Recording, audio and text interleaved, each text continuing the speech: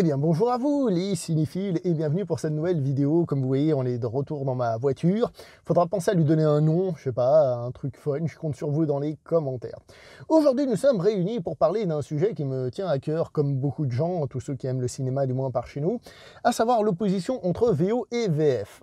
Savoir que c'est un débat assez hargneux chez certains. Et donc, je me suis dit que je voulais apporter mon petit grain de sel, pas juste pour en parler encore une fois, mais parce que j'ai un petit truc à dire. Ce format de vidéo, pour ceux qui ne savent pas, le but c'est qu'il soit fait sans montage. Je pense que je ne vais pas y arriver parce que je suis quelqu'un qui a des soucis de déglutition et autres variantes. Donc, je ne suis pas sûr que j'arriverai à le faire sans aucun montage, mais c'est un peu l'objectif. Donc, on va se lancer VO contre VF. Mais avant de vous parler de la VO et de la VF, je dois quand même vous parler. Vous voyez, j'avale, de mes habitudes de consommateur à moi. Qu'est-ce que je consomme le plus? Est-ce que je suis plus VF ou est-ce que je suis plus VO? Très honnêtement, je fais partie du camp de la VO. Je suis quelqu'un qui consomme les films en version originale, si c'est possible. Cependant, je ne suis pas du tout un anti-VF. Contrairement à certaines personnes qui, au bout d'un moment, se sont un peu braquées parce qu'ils ont pris une habitude. Moi, je ne suis pas du tout quelqu'un qui est un anti-VF. Je trouve les VF souvent de qualité et j'en ai mangé toute ma vie. Il y a même des films que je préfère voir en VF par habitude parce que les voix me parlent, parce que ça me rappelle des choses. Donc je ne suis pas du tout un anti-VF et ça m'arrive régulièrement de voir des films en VF, même des nouveautés. Mais dans l'absolu, si on me donne le choix, je préfère la version originale. Alors, tout d'abord, il faut quand même essayer de mettre une définition sur ce qu'est une VF et une VO. Donc, une version française, VF, c'est quand on prend un film dans une langue étrangère, quelle qu'elle soit, et qu'on le double, c'est-à-dire que des acteurs mettent leur voix par-dessus les voix originales pour nous donner une version française et nous donner l'impression que le film a été tourné en français. Ça, c'est le principe de base. Il y a les films français qui sont en français, si, je vous jure, c'est pas une blague. Je vous jure, j'ai vu ça au cinéma. Et souvent, on les appelle aussi VF. Alors qu'en réalité, si on se base sur la définition exacte, on est en fait en train de parler de la version originale du film et non pas d'une VF. Alors, est-ce que cette VO est aussi considérée comme une VF techniquement? Ça, je ne pourrais vous le dire et je ne veux pas rentrer dans le débat et je n'ai pas la réponse. Mais c'est pour dire que finalement, d'une certaine manière, nous consommons tous de la version originale quand on regarde un truc français, par exemple. En plus de peut-être de la VF. La version originale, qu'est-ce que c'est que la version originale? Eh bien, c'est tout simplement la version originale de la langue dans laquelle le film a été tourné.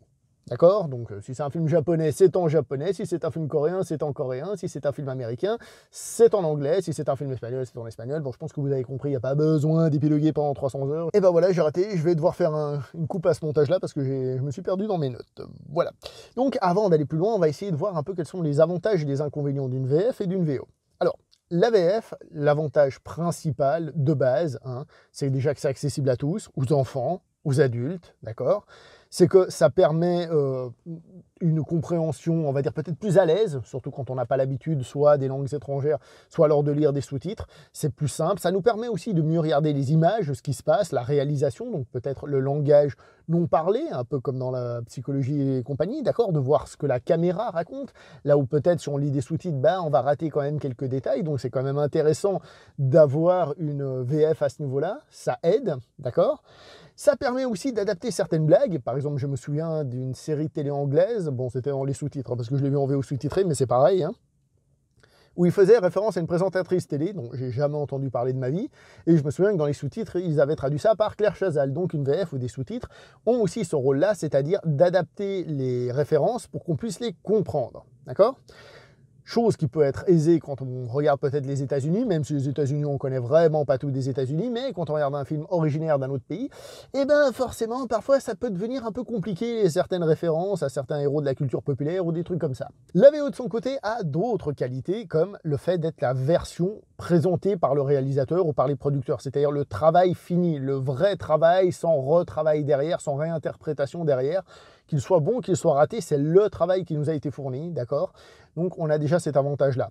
Ensuite, dans ce vrai travail, on voit donc les vraies expressions des acteurs, comment ils se sont réellement exprimés au niveau de la voix, ce qui est déjà important.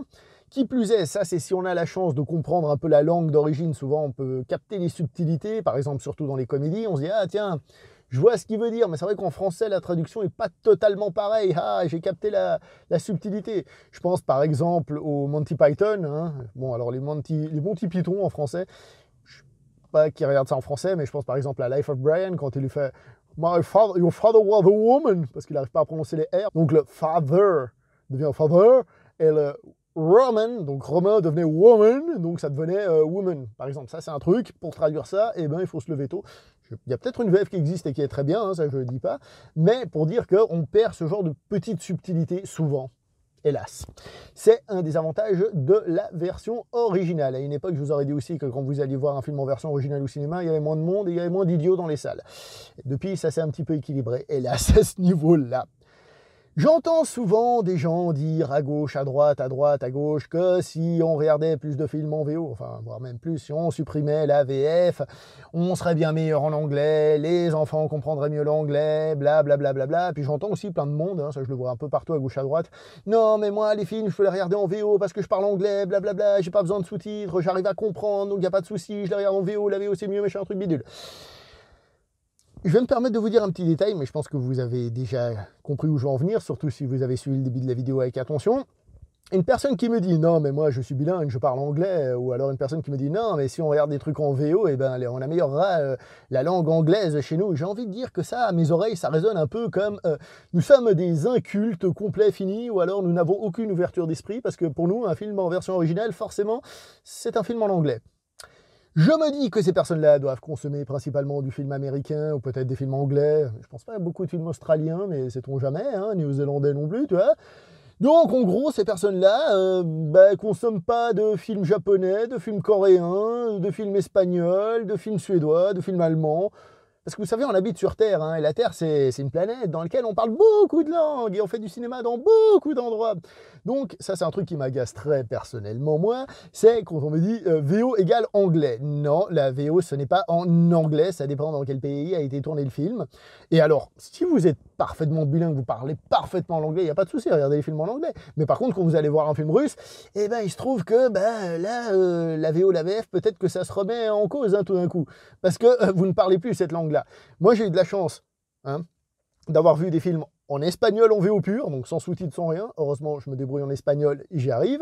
Enfin, ça dépend des films, on est bien d'accord. Hein. En italien, la même chose. En anglais aussi, j'ai réussi. Et j'ai même vu des films en russe pur. Là, par contre, j'ai pas compris, puisque je ne parle pas le russe. Bon, après, c'est assez intéressant de constater que, sans parler la langue, parce que les schémas narratifs sont à peu près les mêmes et certains trucs, on se rend compte qu'on comprend à peu près l'histoire, les grandes lignes. Évidemment, toute la salle rigolait à des moments, toi t'es là-bas, il y avait une blague. Mais c'est intéressant de voir ça. Mais encore une fois, la VO, ce n'est pas de l'anglais. Ça, c'est un truc qui m'agace quand j'entends la VO, c'est de l'anglais. Hein. Sans être méchant, on se plaint souvent que les Américains sont un peu refermés sur eux-mêmes, que quand il y a un film qui fonctionne à l'étranger, il faut qu'ils fassent un remake pour le regarder, parce que sinon ils ne regardent pas le film original. Quand j'entends ce genre de réflexion, je me dis qu'on n'est pas si éloigné que ça. Ouais, il y a un petit coup de gueule dans cette vidéo quand même, vous vous rendez compte, je suis une racaille.